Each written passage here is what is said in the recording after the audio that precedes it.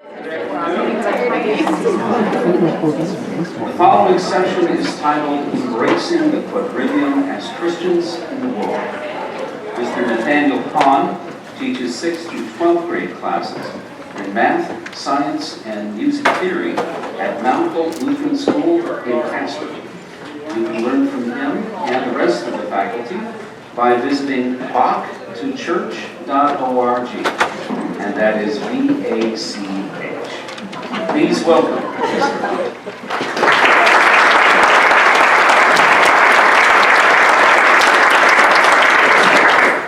Thank you. Can everybody hear me all right? No. All right.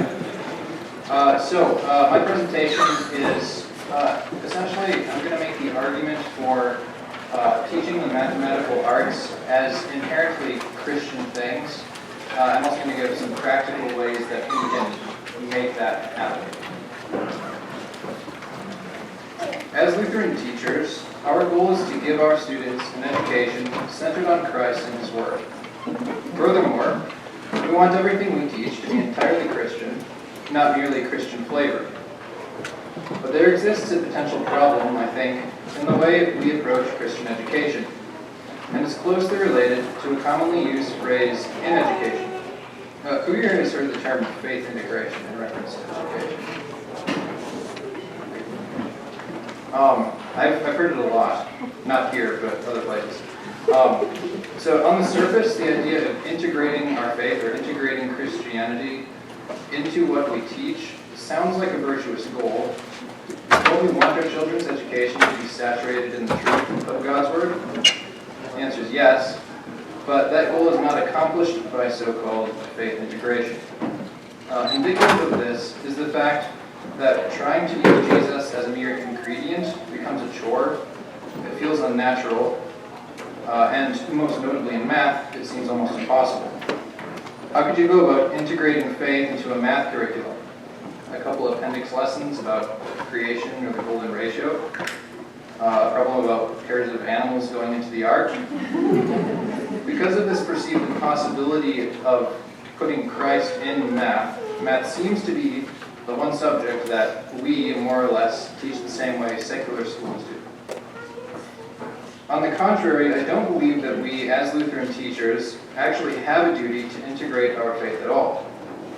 Trying to do so concedes the lie that what we teach is by itself foreign to Christianity. And if it is indeed devoid of Christ, it doesn't belong in our Christian schools. Jesus is not a steroid you can use to bolster a curriculum. On the contrary, I will argue that math is inherently Christian. It's ours. In fact, I believe that all the liberal arts, along with history and science, naturally spring from our life in Christ. Although you likely already believe that too, I think we still do well to examine every subject we teach in light of the gospel and determine how the content we teach is Christian, because that knowledge will inform the way we Christians teach.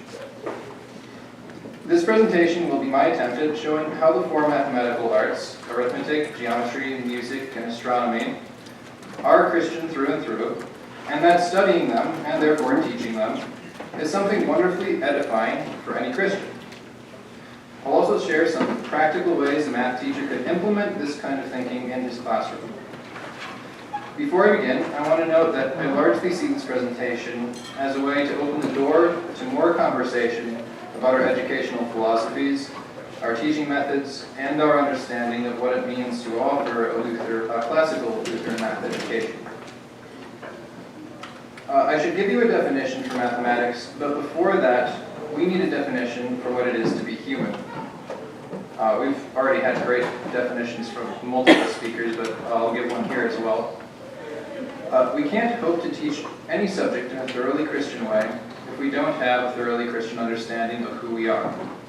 After all, both teachers and students fall into the category of human being. So, what is a human? I'll offer a rather profound definition I've unabashedly stolen from Dr. Gregory Schultz. Human beings are the same species as God. Don't worry, I'm not a Mormon. I'll explain. This definition describes two major parts of human nature: a capacity for language and an identity in Christ's incarnation. First, being the same species as God means that our identity is inseparable from the incarnation. As Lutherans, we understand that what we are is the very thing God needed to become to save us. God the Son became the actual flesh and bone, body and soul, language kind of being that we are. Because of Christ's incarnation, death, and resurrection, we can easily understand how our children are people of infinite worth. I'm sure you don't need convincing on that point, but it's worth saying. Seeing students in the light of the gospel is absolutely vital to how we choose to educate. The gospel necessitates that we do not educate our children merely to become firefighters or veterinarians when they grow up. Rather, we educate them to be who they are already called to be in their baptism. This is the vocation of being Christian. The gospel also necessitates that we understand creation's order and harmony as sustained by our loving Savior.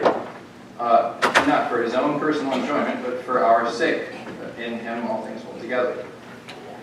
Furthermore, we know by the gospel that Christ's beautiful order is also continued forever in the new heavens and the new earth. This is an order that we can trust because we trust in the God who orders it. In light of the incarnation, being the same species of God as God also then means that we are language beings made in his image. Unlike any other creature, we have the God-given capacity to reason, converse, self-reflect, even think about our own thinking. No other creature has this capacity. We can see that language is part of the image of God when we look at how he acts. Through Christ the Word, the entire universe was created by language, and it continues to be sustained by that same Word. God also speaks to us humans today through his Word, creating us anew in baptism, teaching us his will, and giving us his eternal gifts of forgiveness, life, and salvation. It's rather extraordinary that we get to be the creatures who can hear and speak the very means by which God provides life. We can't overlook the fact that we are now fallen, that our human nature is corrupt. Yes, we still have that language capacity to reason and think, but it's been thoroughly twisted by sin. We cannot trust in our reason. We even misuse it by lying and deceit. We even deceive ourselves. Rather than trusting in our own language and reason, we can only trust in the Word of God, the Word that humanity throughout time has always desperately needed. The fact that we are language beings also means that language is the atmosphere in which we live and think. We can't have meaningful thoughts without language. You can test this yourself. You'll find it impossible to think something without thinking in English or Latin or some other language. You can try it. Can you have a thought without thinking words? I don't think you can. It may seem a strange philosophical idea that our atmosphere of thought is language, but I think it is a Christian one, and one that becomes essential to the way we teach any subject in our classrooms. Given these two parts of being human, that is, being language beings and being redeemed by Jesus, the God-man, we can begin to formulate how best to understand the content we teach and how best to educate our children by it. Because our definition of being human is based on language and the gospel, I will provide a corresponding Christian definition for mathematics. This is what I have on your handouts. Did everyone, I know not everyone had a handout. Was everyone able to at least see one? Is someone next to you? Okay. Here's the definition. It's the art of navigating the order and beauty of creation through language and wonder. I'll explain. Since we are language beings and can't make sense of anything without language, it only follows that for mathematics to make sense of the world, it must be, in some respect, understood as linguistic. If math were not linguistic, it would be useless to us as a rational tool. This is why we should teach math through language. And by language, I mean English, Latin, actual languages. Because of the gospel, we know we'll live forever in God's orderly world. So in studying that order, we are wondering at eternal things. Furthermore, in the gospel, we have the freedom to wonder about the world without fear of what we may discover. If we were pagans, we would navigate the order of creation with the underlying fear that utter chaos is only a few steps away. Pagans fear death, and the ultimate goal of science for them is to achieve immortality, fashion the elixir of life, if you will, or evolve past death. And they do this to escape that chaos. On the contrary, we know that death has been defeated by Christ. We know that the world is not owned by chaos. Creation is ordered, and it's ordered by a God who loves us and who has given it to us to care for it, fill it, and subdue it. Mathematical order is God's, and in Christ it is ours. This knowledge leaves us free to navigate the world of order and beauty without the fear of impending doom. This is why we should teach math through wonder. Alright, so I'll start talking about math now. First by describing wonder in mathematics and how one might put wonder into practice in the classroom. And then I'll move on to language. So we're doing wonder first and then language. When I say that math should be taught through wonder, I mean to use the word in two senses. We could call the first type of wonder the why type of wonder. This wonder is best exemplified by the persistent child who uses a familiar Socratic technique. I'm sure you've heard this. Why does my pencil fall when I drop it? Because gravity pulls things down. Why does gravity pull things down? Because the Earth is massive and massive things have more gravity. Why? Because space is curved by massive objects. Why? Why? You can keep going. You get the idea. This why type of wonder is born out of a God-given curiosity about the world over which we have been given dominion. It's the type of wonder we mean when we say, I wonder, fill in the blank. It's a thirst for knowledge. It's wondering about. Now, continue that conversation with the child, and you probably know from experience where it leads. You need to put an end to the persistent whys by answering, because God made it that way. It may be a useful rhetorical tactic, but that answer does demonstrate the second sense of the word wonder. When you wonder in this second way, you do not continue to pry into the matter, but you stop asking questions and simply stand in awe, submission, and delight at the beauty Christ has made for you to enjoy. Now you're not wondering about something, you're wondering at something. This type of wonder is necessary for the curious Christian to have, because there comes a point where more knowledge does not necessarily constitute good knowledge. More on that later. I will get to it later. We could call this second type of wonder, I apologize for the trite, this is the tritest thing I think I've ever written, but it's we could call it the wow type of wonder. This is a particularly Christian kind of wonder because Christians are in the business of dealing with incomprehensible mysteries, and we are well acquainted with the doctrinal dangers of prying into them. On the other hand, we are also well acquainted with the joys of possessing those mysteries and accepting them as such. So, we have two kinds of wonder, wondering about and wondering at, and both come into play when we deal with the mathematical arts. Furthermore, I believe that the mathematical arts are, or at least should be, particularly responsible for increasing a student's capacity to wonder. Let me explain how each of the four mathematical arts, in its own unique way, teaches a student to wonder, and I'll also explain how we all can teach it in the classroom. So, first, arithmetic. Classically speaking, the study of arithmetic means strictly the study of number. That is, the natural numbers we use to count.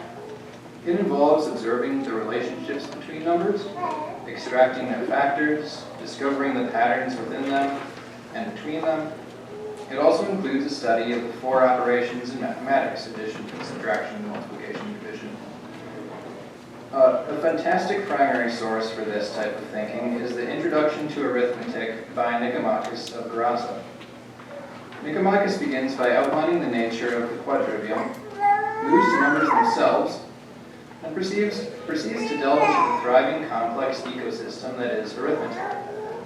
In case you've never picked up the work, I've included one little example from the beginning of his work in your handouts. So this is that enigmatic series of numbers. I'll actually, did everyone see it, or would it help if I do this on the board? Yes. Okay. So the sequence goes like this.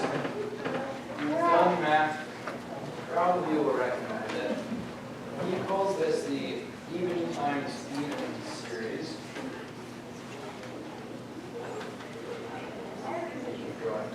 So what he does here is he lays out this pattern, and then he starts describing, okay, what are different patterns I can see in this?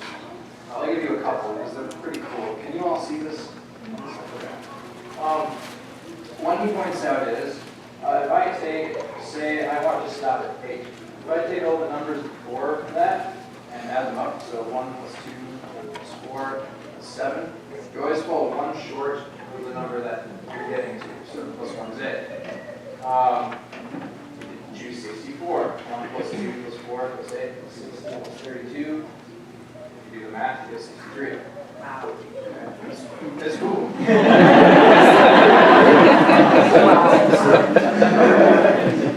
This is just as cool, I think. You take two end numbers. So say I want to start with, let's say I want to go to 128.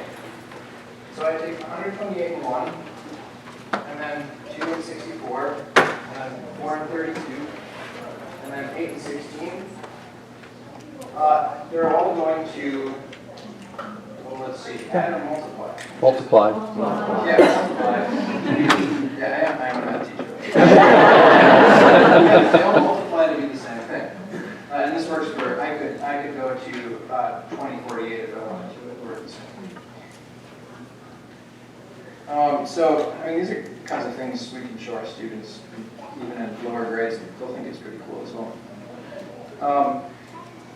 So, we mathematicians in the room could just explain away these patterns with a more transcendental practice like algebra, or simply write the series off as the powers of 2. Many of you probably are already familiar with these kinds of patterns in this series. But there's a unique kind of magic in discovering numbers for yourself or having them uncovered for you. Here we have a prime example of wondering about, the why kind of wonder.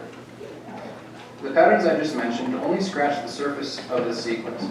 There's so much more to be found. Here, but also in all numbers. Just ask someone who studies number theory.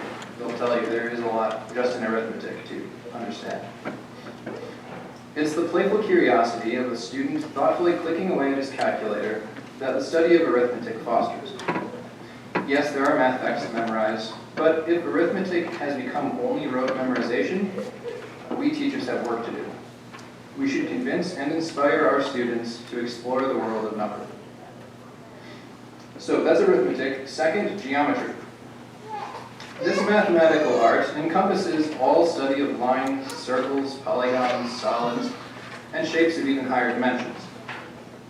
But also fundamental to classic geometry is the study of magnitude, that is, divided lengths. So literally, if I take a length and divide it, that would be a magnitude.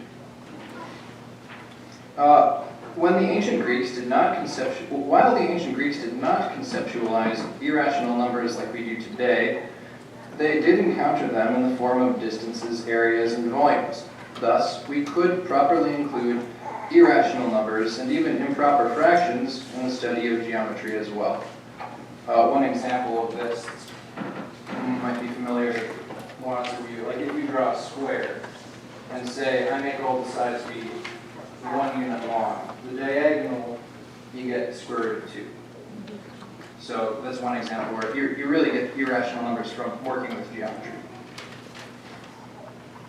If we had to assign a primary text to exemplify the art of geometry, we would have to choose the fan favorite, Euclid's Elements, simply because it's a time-tested excursion into the world of shapes and measurement.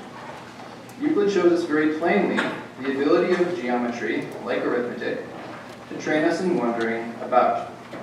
From the very first proposition, we are forced to experiment with circles and lines to synthesize a simple polygon.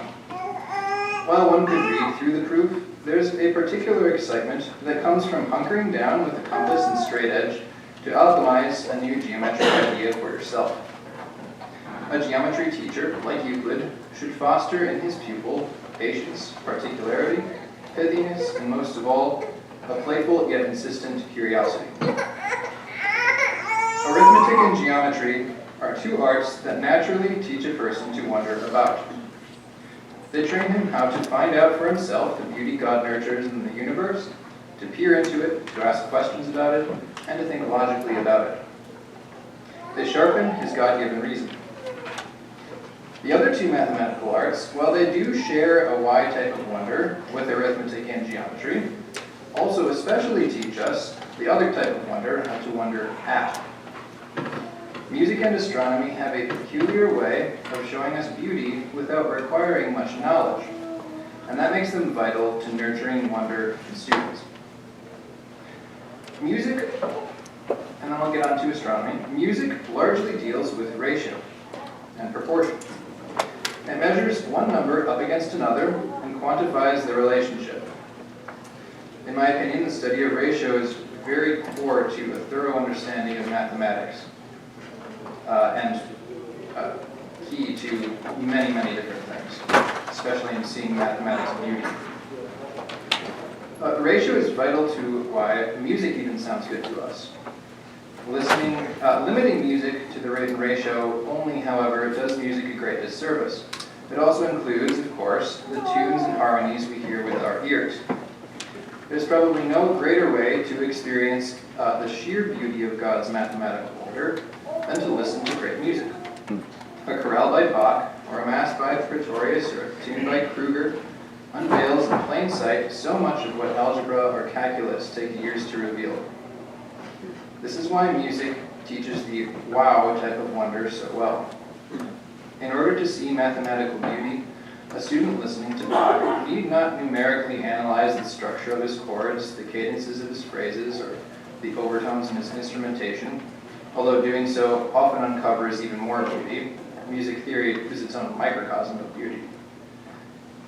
Giving our students great music to hear and to sing teaches them to recognize beauty when they see it, and it teaches them how to wonder at beauty without the need to ask why. Some things God has put into the world simply to be enjoyed by his children. I should add that we Lutherans have a unique blessing for our schools in the tradition of hymnody. Great hymns show the beauty of the doctrine they contain in a peculiarly simple way. Great for all of us, but especially useful in teaching kids. If there were ever an art whose hallmark was wondering at, it would be astronomy. Only until recently, astronomy has given man something with which he can do nothing but stand, look up, watch, calculate, and predict. Every other science allows man to get a hold of something, to pry away, or to investigate. I'm not saying that scientific investigation is a bad thing by any means, but investigation without an awe for creation leads to ghastly methods, absent of moral discretion. Science which knows no bounds becomes a twisting of creation to the will of man, a rack on which nature is stretched, the kind of dark magic from which Tolkien's Uruk-hai are born. Humanity has obtained forbidden knowledge through science ever since Adam and Eve learned good and evil. Cain discovered what it takes to kill a human. Nazis observed the limits of human pain. U.S. doctors pioneered hormone replacement theory. Some might argue that the atom bomb was something meant to remain undiscovered. The list goes on. Mathematical and scientific knowledge can and should only reach so far, because our human reason is fallen.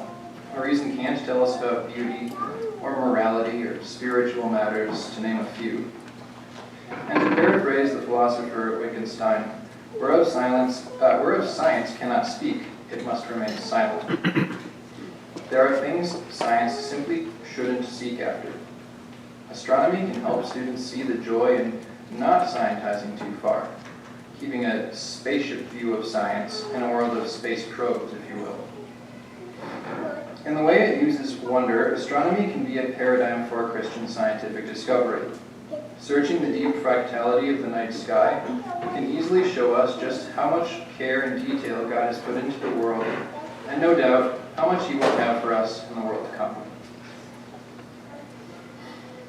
In these ways, our four mathematical arts lead a student to wonder about and to wonder at.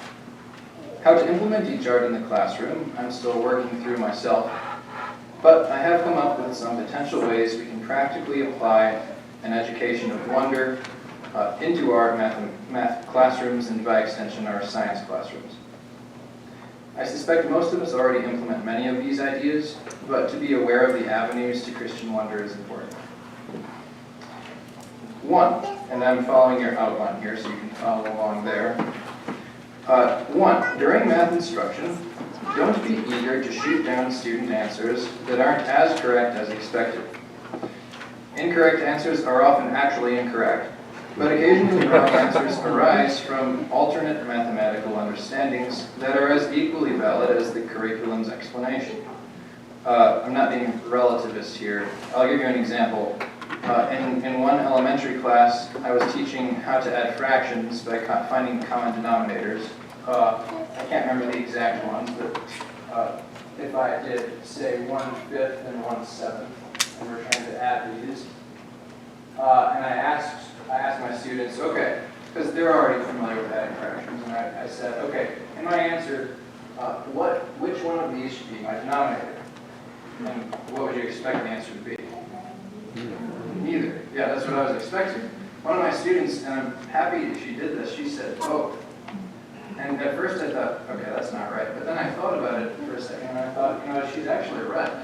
Just not in the way I was thinking. Because you would essentially have a denominator that does use both of them, just as fractions, right? So I thought that was fantastic. That's great math right there.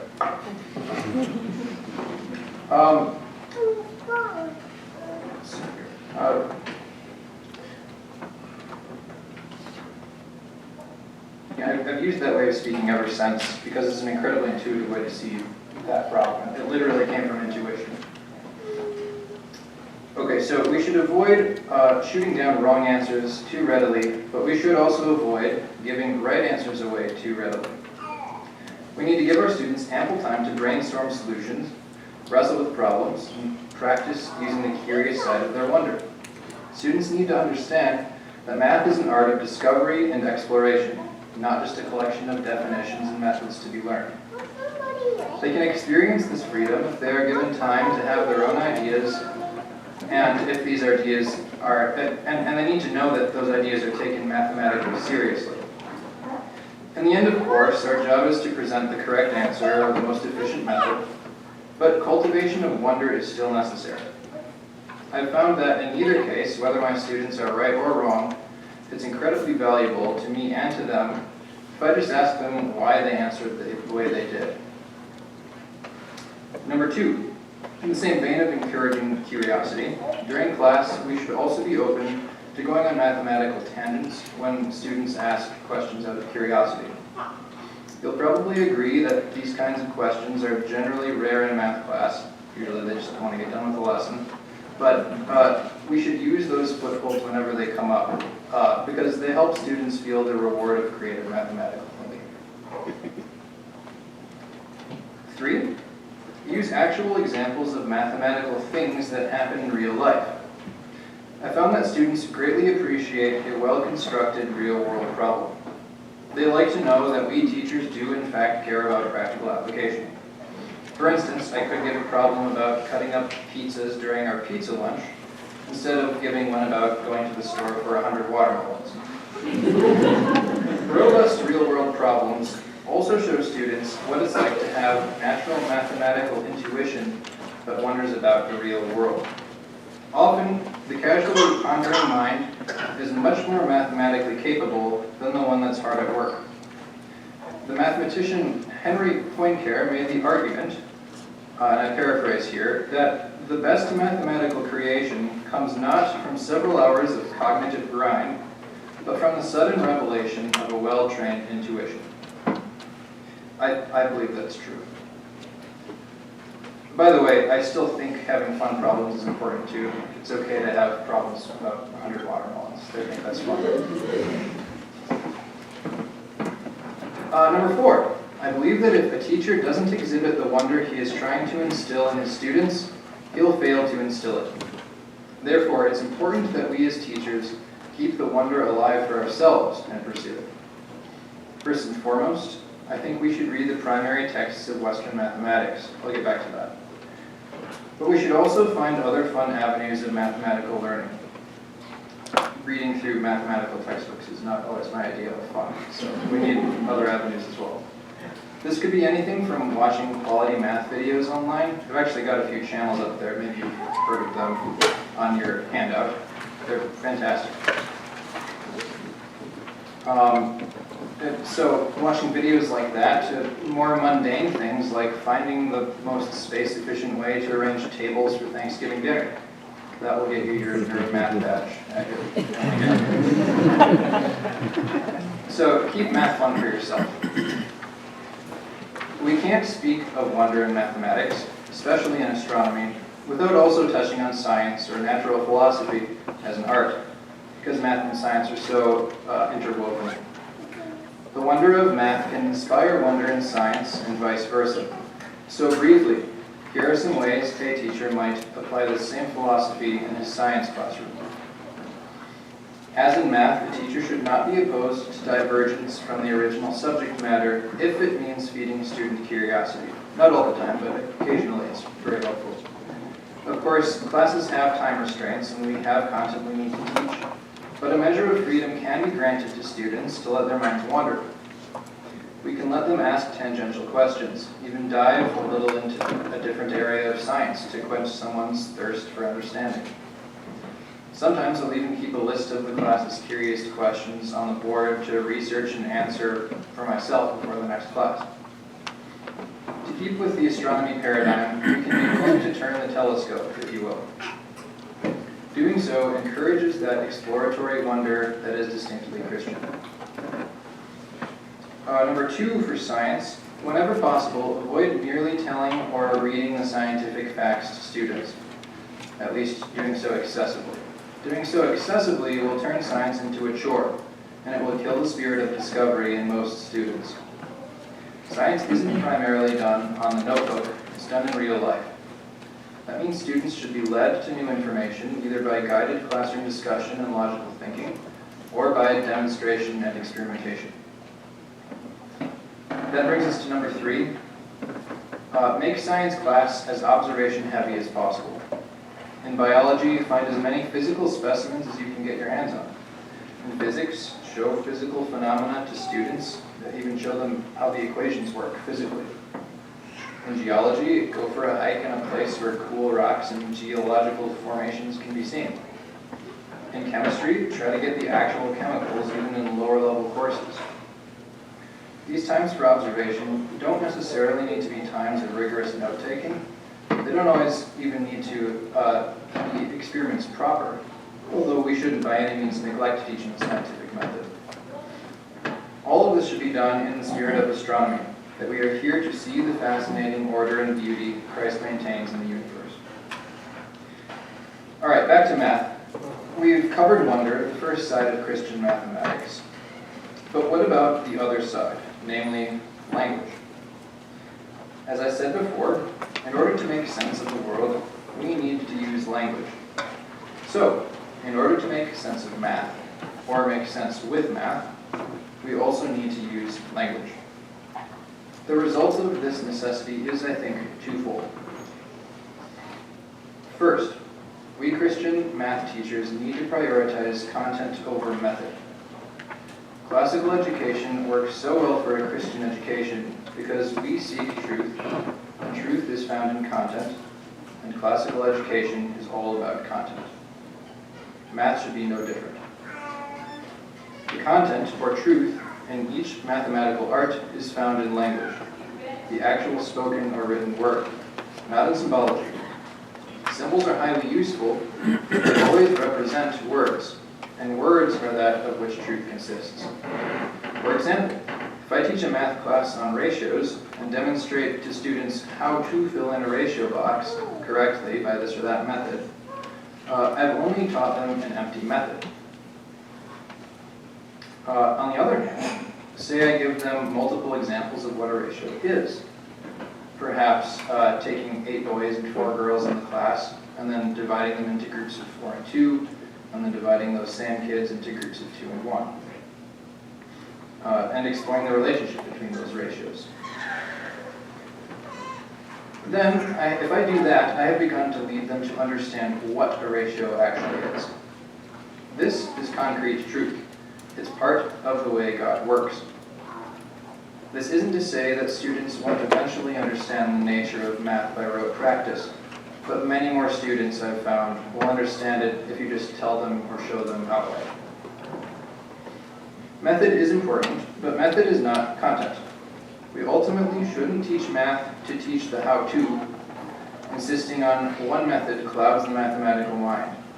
Instead, we should focus on the what. I've had many students, and you probably have too, who have raised their hands to ask the question, how do I do this? With the expectation that they will be reminded of this or that method. You could tell them a method and they get through the problem, but doing that leads the student no closer to the truth of the matter, to the nature of the concept.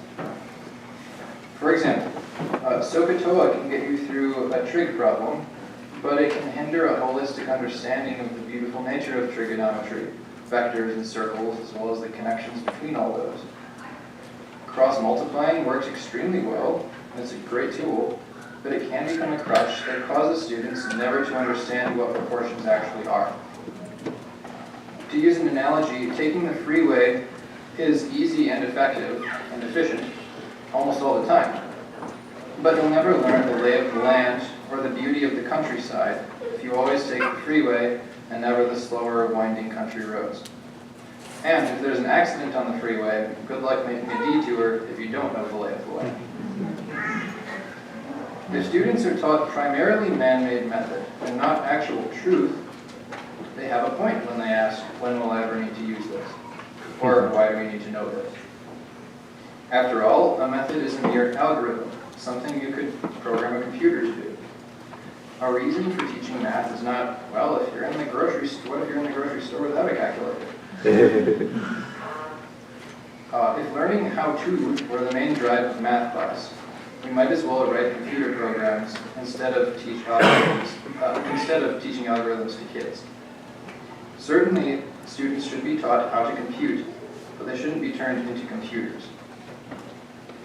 If students are, in fact, taught the actual content of math, such as the true nature of ratios, or the reality of multiplication facts, or the physical meaning of integrals, they are doing something unique to humans, namely, working in language. They are learning to talk rightly about mathematical ideas, and therefore, how to rightly understand them. As a happy result of that knowledge, students will have significantly less trouble solving individual problems. I'm sure you've seen this in your students as I have mine. I've even found that students with good understanding of the content, will often invent methods much more efficient than methods provided in the textbook. I don't want to completely talk down method. Students simply won't know what to do with their knowledge if they don't have some rote memory and method. It's important. Besides that, there are times where learning a method is necessary before you can come to a fuller realization of a mathematical ideal. Students need to memorize the order of operations. They should know how to perform one division. They should know their trigonometric ratios. But method always needs to take the back seat to content, because methods are man-made algorithms computers can perform, and content is God-given truth, only understandable by language beings. What this looks like in class, I think, can vary, but teaching content over method means, first, that we involve many real-world examples and physical demonstrations, along with verbal explanation. Second, it means using phrases like, a proportion is, rather than, this is how you solve a proportion, especially when students ask for help with specific problems. Guide them to understand the relevant concepts in a problem rather than walking them through an algorithm. Third, teaching content over method means adapting lessons or problem sets within curricula that focus heavily on drilling method. For example, I found Saxon to be very method heavy in lessons and problem sets. Not to talk down Saxon, I love it for its strengths, but I found it's useful to supplement that kind of curriculum. In class, at the very least, we should plan questions for students that get them to ponder the truth of math, not just the tools of math. If the lesson asks students to calculate 23 times 5, I might stop their on-paper calculations and ask, what's 5 groups of 20? And then, what's 5 groups of 3? And then, what's 100 plus 15? Often, conversations like that will produce a couple pairs of wide eyes bright with realization. So, going through math problems verbally like that, I think, is extremely important. Now, I'm aware that many of you don't teach math because you love it, and what I'm proposing sounds like a tall order. What is the true nature of all these mathematical ideas? Or who has time to philosophize about algebra when you have seven other subjects to drop? I want to encourage you that you don't need to be a math nerd to have all the necessary understanding for your math class, especially if you're just teaching your 1 or 2 math classes in the lower grades. In elementary levels of math, you really only need to know the nature of things like the 4 operations, fractions, decimals, and maybe something like negative numbers. Things you're already familiar with. Although, I find division particularly elusive. What is division? For us higher level, these are the things I think of. For us higher level math teachers, though, if math is our thing, we need to pursue fundamental understanding of the less obviously intuitive ideas, like trigonometric functions, square roots, and derivatives, either by reading primary sources, by finding other avenues for further learning, or even just by exploring the math and doing it for ourselves. Besides teaching content over method, I believe there is another concrete way a math teacher can give students understanding through language, and that is by speaking words, by using language. One simple way to do this is to model mathematical thinking by using plain words during instruction, not just symbolic language. For example, I could write something like 3 times x plus 5 in an algebra class. And I could say, okay, we need to use the distributive property to figure this out, and then I need to recall the distributive property and apply it. But it's helpful to say things like, okay, this is 3x plus 5s. And then students will get the idea, okay, this is what the distributive property is actually talking about. If I have 3 boxes of x plus 5s, that means I have 3 x's and 3 5s. So you kind of intuitively get the idea that the distributive property actually works and makes sense intuitively.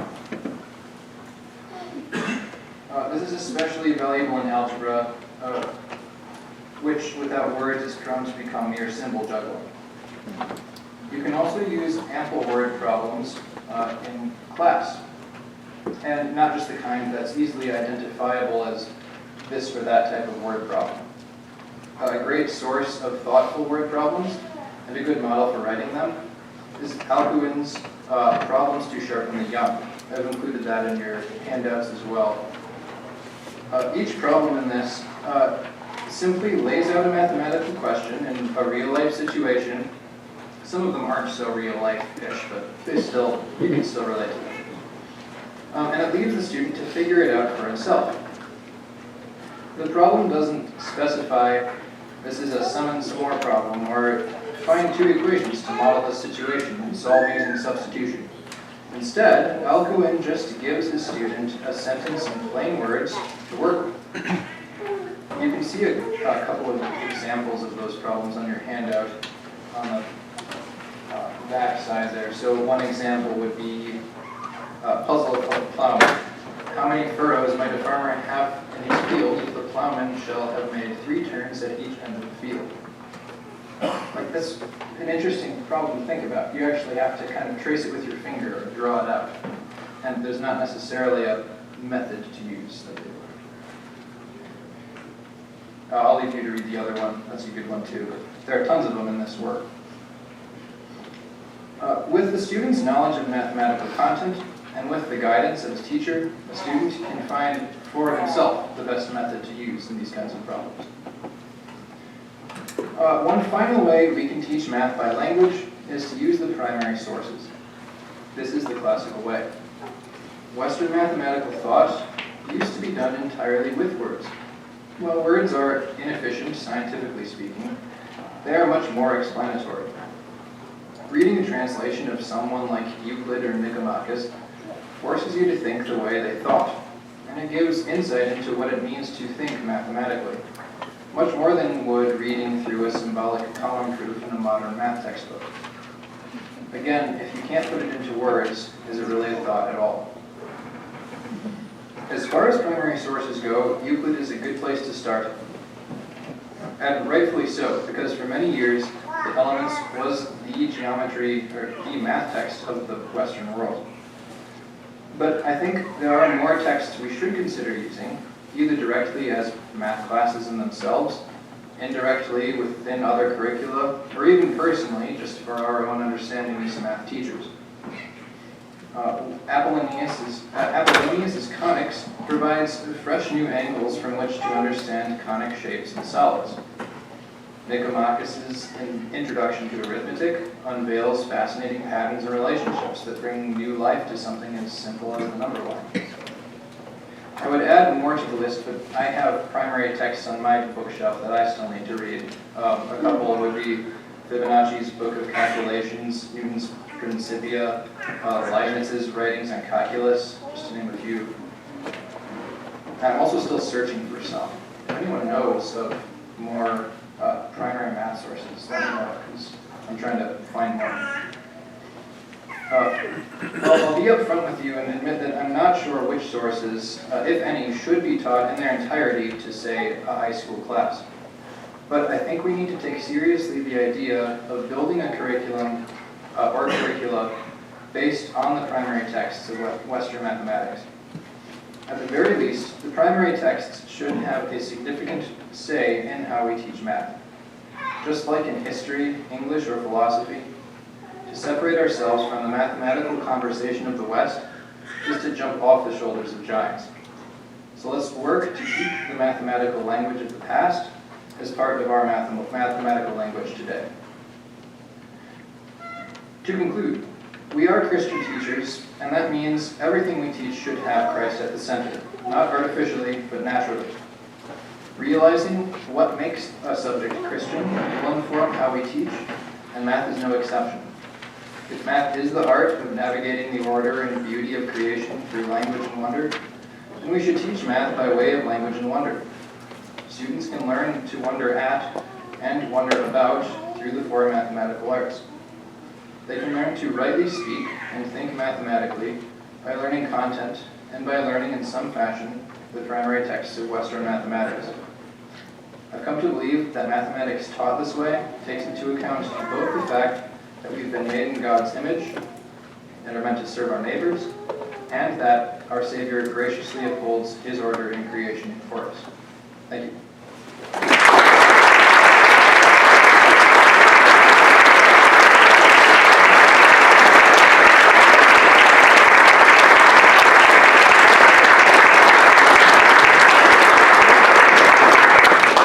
We've got about 10 minutes for questions. If anyone's got questions or comments or suggestions or simple conversation. Yes. So, my wife is a math teacher. A number of years ago, she was prepping to teach algebra, and she and I were reading through Euler's algebra. And I've taken math classes before, but the way that totally opens your mind to a new way, it puts you back to before computers were even invented. He doesn't think in decimal terms. he thinks in fractional terms. And now I kind of understand what a logarithm is and what it does and why it's so awesome. Comment on that. So I actually haven't read that. In fact, I'm going to write that down and add it to my list, because that sounds fantastic. But that's Can that be repeated? yeah. Euler's algebra. Euler's algebra. Yeah, Euler's algebra. It's spelled. We did not finish. It's not spelled like oil fields. It's spelled E-U-L-E-R. Euler. Yeah, he's definitely a mathematical giant. I appreciate that episode. That would be a great text. Anybody else? Yeah. Small word of caution about going back to primary text when it comes to music. Yes. One that you are going to encounter is Boethius' De Institutione Musica. While that did have a centuries-long track for being the textbook for music, it unfortunately became obsolete by approximately the 8th century because polyphony was music that he never had to deal with. So if you are applying Boethius to Bach, you're going to have a bad time. Pretty awful. Yeah, so a lot of that has to do with, I'm assuming you're referencing like the changes in tuning and whatnot that arose from polyphony? Not necessarily. There's an awful lot that within the range of human hearing can be sonorous within, say, 2 octaves. But once you get to driving the octave out all the way through compounding intervals, say a diapentate, which is a fifth. By the time you go through what we would consider now the circle of fifths, the problem is when you are 7 octaves out, that interval is actually not in tune with the original, and that has to do with a corollary of the rational root theorem, and that's something that he didn't anticipate. Yeah. So basically, if you're not familiar with the work he's talking about here, and this was the way music was talked about for a long time. What Boethius did in this work, he realized that our musical intervals, so say the fourth, like doo doo, here comes the bride, or the Star Wars interval, like doo doo, the fifth. They're based on vibrations happening simultaneously in ratios with each other. So the fifth is a 2 to 3 ratio. So if I had tapped, that's a fifth. Or no, this would be a fifth. But if I sped that up, it would sound like a fifth. So what he recognized was we have these really nice fraction ratios, like 2/3 or 3/4. You get pleasing sounding music with that. But yeah, it doesn't work with polyphony. It starts to sound pretty terrible, at least to our ears, if you start having a bunch of people singing with that particular ratio of harmony. So yeah, that's a good point. I think it's valuable mathematically, just to understand, but yeah, you're right. I would not want to teach that in my music theory class as how tuning works. So here's your opportunity for wonder at why is that ratio at the end of 7 octaves not in tune? Yeah. Oh, Christ who breathed our poison air. Low constant. Yes. I'm just curious, do you have like a base curriculum or book that you start with? Because I know a lot of classical schools will use things like Saxon. And I'm starting to not be able to stand Saxon because it's like we're trying so hard to get through all 120 lessons that we don't have time for the wonder and the goodness. And it's like, got to do your 30 questions every night, and everyone hates math by the end of 8th grade. Yeah. Well, maybe 3rd grade. So I use Saxon as well. Okay. But and I don't get through all the lessons. I also don't assign all the problems. So, and I think it takes a little work, but you can do that with Saxon, I found, because of the overlap in the lessons. Yeah, there's some good. Like if I don't get through math 8-7, Algebra 1 kind of picks up some, or I'm not familiar with the math 1, 2, 3. Maybe you talk to Eric and about that. Yeah, I don't think we should be afraid to cut out some of that for the sake of including some of the wonder. That's a good point. Following up on that, what would you be happy with having gotten for this year? I can't say I've been happy with how far I've gotten. So. I've only been teaching math for 3 years, so I don't have a good handle yet, particularly on how far to get in Saxon is necessary.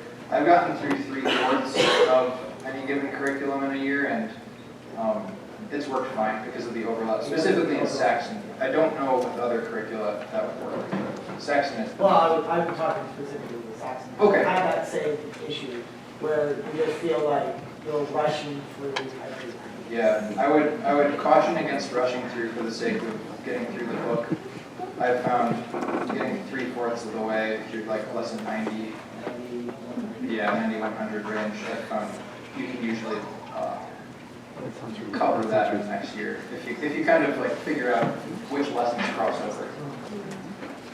Yeah. Yeah, some summer you have some time to look at the table of contents, depending on what lesson you're choosing, or what level you're in. You can. There are lessons that definitely are more stick-worthy than others. And well, and not just what to pick up on next year, but I think too, which ones, because again, as you get through the courses or through the levels, they start to put in all sorts of math that they will eventually get to in high school, but maybe don't need to be explored in those upper elementary and middle school years, and then you can focus more on the wonder of the math at hand. Yes. I just want to say I really appreciated your emphasis on language in math, because I feel like what's happening in the public schools is they're doing the exact opposite of that. Yeah. And I think it's because the language skills generally are so poor that what they're doing is making it so like getting rid of math problems because they're wanting to just evaluate math rather than English. But I think in doing so, that kind of compounds the problem and makes it worse. Yeah. And I think your emphasis on using language, even in math, helps them with understanding language in general, and especially then also understanding math better as well. Yeah, I think especially in our classical schools where we are making an emphasis on teaching Latin, teaching grammar, logic, rhetoric, teaching good English, it goes right along with that. It's very, very classical, if you will. Yes? Can you repeat your conclusion statement, math is the heart of navigating? Oh, yeah. So math is the art of navigating the order and the beauty of creation through language and wonder.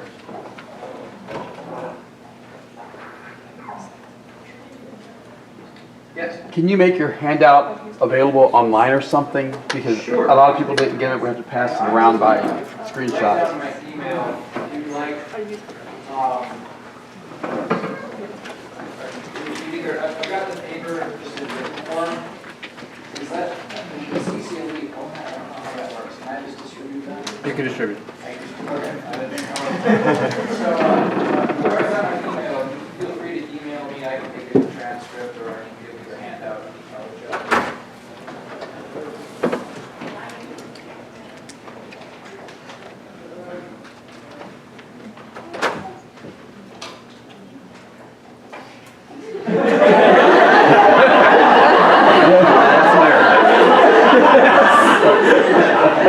True math.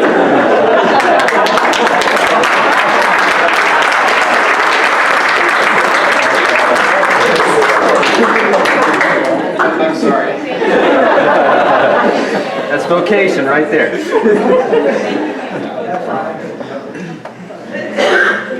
Oh, we got a couple more minutes here. Yes? Just a quick comment on to reinforce your content over method. Yes. I was taught one of the ditties of, number, don't be shy, flip yourself to multiply, right? For dealing with dividing fractions. I studied engineering and realized in helping my own kids with math and going to a math conference that was actually the identity law. Seriously, I did the trick all those years and it worked. So I never wondered, because nobody ever taught me to wonder, so I just did the trick. And I always got it right, so who cared that it was the identity law? But nobody ever explained the laws to me. But I made it through engineering school. Don't do that. Because you can't apply it then in other places. You see what that did?